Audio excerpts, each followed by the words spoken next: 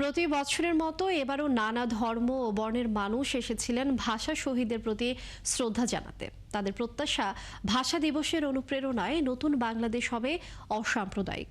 আর সংস্কৃতিমনা মানুষরা চান অন্তর্ভুক্তিমূলক বাংলাদেশ বিনির্মাণ। বিস্তারিত শাহরিয়ার ইমতিয়াজের প্রতিবেদনে। নানা পথ আর মতের হাজারো মানুষের ঢল এসে থেমে যায় কেন্দ্রীয় শহীদ মিনারের পাদদেশে। ভাষা শহীদদের স্মরণ করতে আসা সবার প্রত্যাশা, নিশ্চয়ই নতুন বাংলাদেশ হবে অসাম্প্রদায়িক। আমরা এমন একটি বাংলাদেশ চাই যেখানে সকল ধর্মের, সকল মতের, সকল বর্ণের লোক একত্রিত বাস করবে। সবার জন্য সমান এইরকম বাংলাদেশ চাই আমরা। সবাই একসাথে বসবাস করবে, একসাথে থাকবে। বাংলাদেশ হবে একটা শান্তিপ্রিয় দেশ, একতার দেশ, ভালোবাসার দেশ। ডেন্টিস্টের পরামর্শ নাও নতুন কোলগেট অ্যাক্টিভ সল্ট। যেটা আমরা পাই নাই, আমরা আশা করি নতুন বাংলাদেশের সকল জাতি সত্তার ভাষা স্বীকৃতি পাবো। বাংলাদেশে যে আদিবাসী জাতিগোষ্ঠী আছে তাদের আদিবাসী হিসেবে সাংবিধানিক যে স্বীকৃতি সেটা যাতে আমাদেরকে প্রদান করা হয়।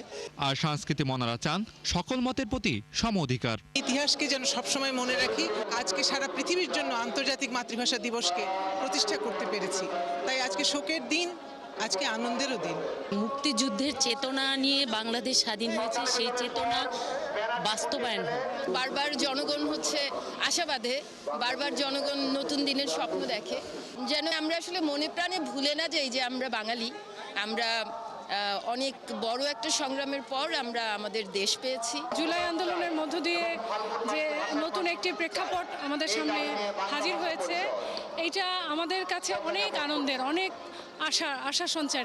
গণ অভ্যুত্থানের পরবর্তী নতুন সরকার দেশের আর্থসামাজিক উন্নয়নেও ভূমিকা রাখবে, এমন প্রত্যাশা আগতদের।